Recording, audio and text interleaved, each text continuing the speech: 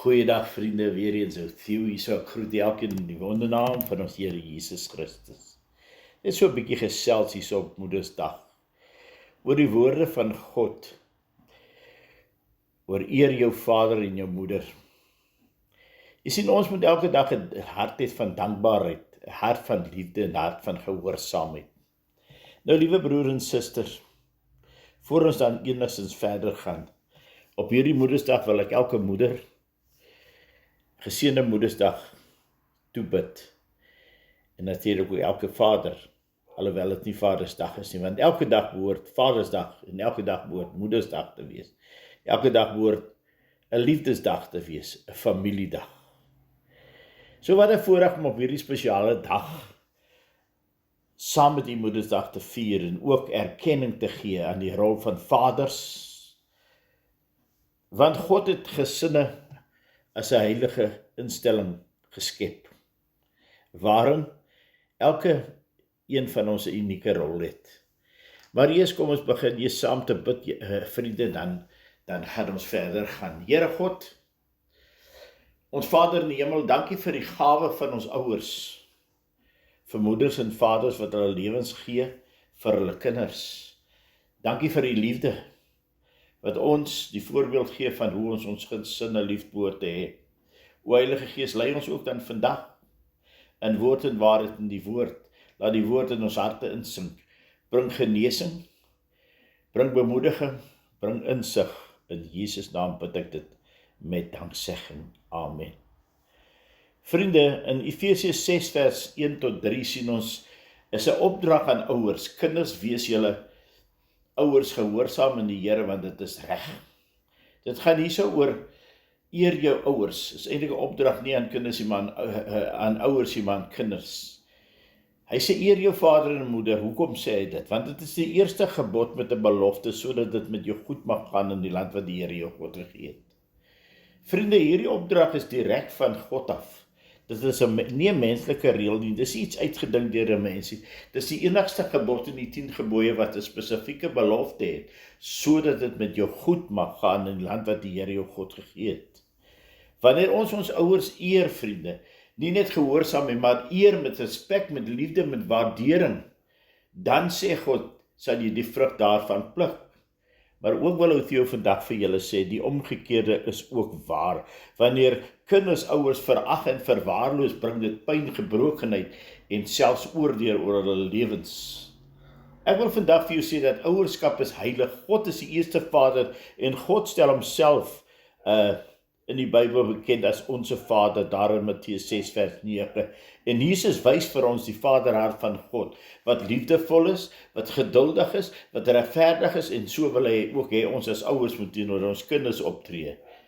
Jesus is die seun van God, het homself onderwerp aan sy aardse ouers, aan Josef en Maria. Ons lees daarvan in Lukas 2 vers 51, wat sê, en dat hy het met hulle afgegaan, en in Nazareth gekom en was in hulle onderdanig. So moet kinders ook onderdanig wees as aan hulle ouers. Nou wil ek vandag vir jou sê, as Jesus volmaak en sondeloos sy ouers geëer het, hoeveel te meer moet ons dit nie doen nie. Die Heilige Gees is die een wat ons herinner aan hierdie waarheid en ons leer om in liefde, gehoorsaamheid en vergifnis te leef. Nou vriende en vriendin, die pyn van ongehoorsaamheid lees ons van in Spreuke 30 vers 17, eintlik 'n baie skrikwekkende vers wat lees. Hy sê die oog van die vader spot en die gehoorsaamheid van die moeder verag. Hy sê die wat dit doen sal deur die kraaie van die dal uitgepik en deur die jong arende verslind word.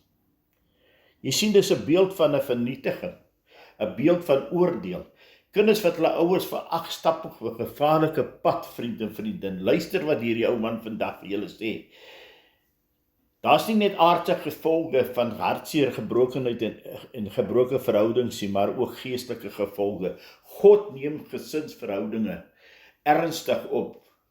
Die eer van ouers reflekteer ons eer aan God, maar ook die teenoorgestelde is waar.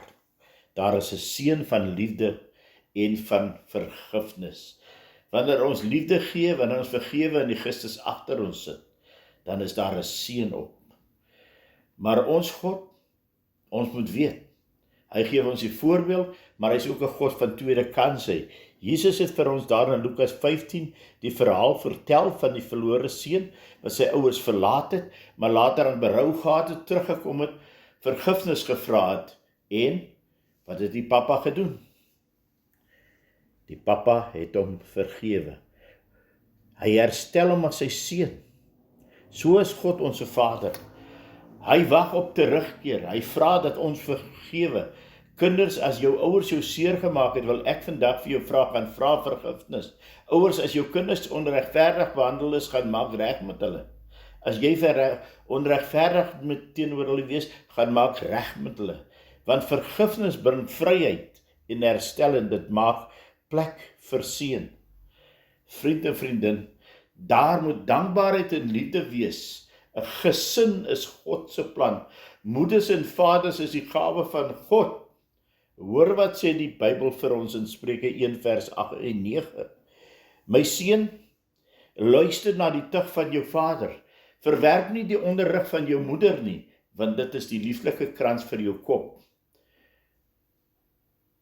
en 'n halsnoer vir jou keel. Dankbaarheid, vriende, is 'n sleutel tot 'n vreugdevolle lewe. Sê vandag dankie vir jou ouers. Sê vandag dankie vir jou kinders.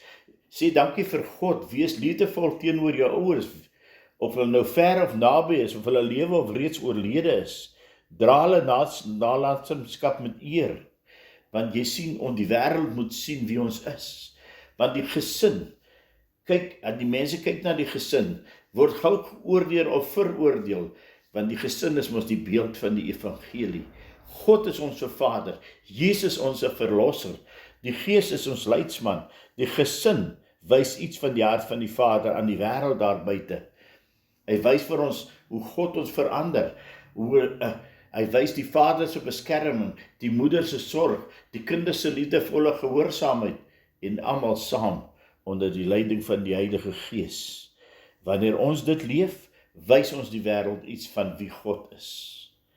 Ek wil jou vra, vriend en vriendin, dien die Here in opregtheid, dien mekaar.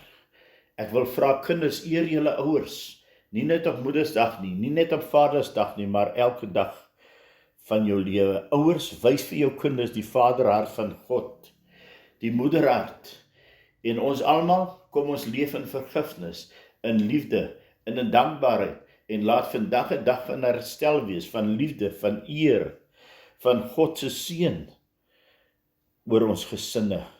Ek wil afsluit met 'n kort gebed.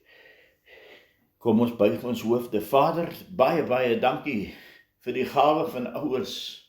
Dankie vir moeders, vir vaders, vir kinders. Dankie vir die volmaakte Vader, wat U is, o God. Dankie, o Heilige Gees, dat U ons lei. Dankie, Jesus Christus, dat U ons gered het. Nou kom ons na U toe en ons vra, vergewe ons as ons mekaar seer gemaak het.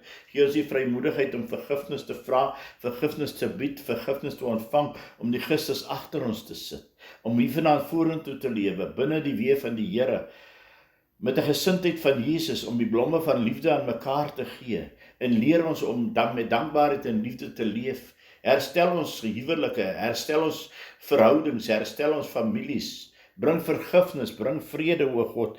Ek vra, bring vrede, bring U seën in ons elke een se lewe. Ek vra dit in Jesus naam. Amen. Vriende, vriendin, mag God U seën en ook hierdie woord. Onthou, vriende, môre is vir niemand gewaarborg nie. Spyt kom te laat. Kom ons gee vandag die blomme van liefde aan mekaar. Kom ons eer mekaar.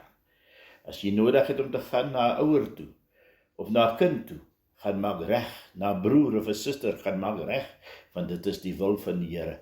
Jesus sê, as ons mekaar nie vergewe nie, sal die Vader ons nie vergewe nie. Matteus 6:14 en 15. So kom ons staan voor God as mense wat ons weet, daar's niks tussen ons en ander nie, maar ook niks tussen ons en God nie. Maar God U seën, U deurdra en met U wees. In Jesus naam bid ek dit.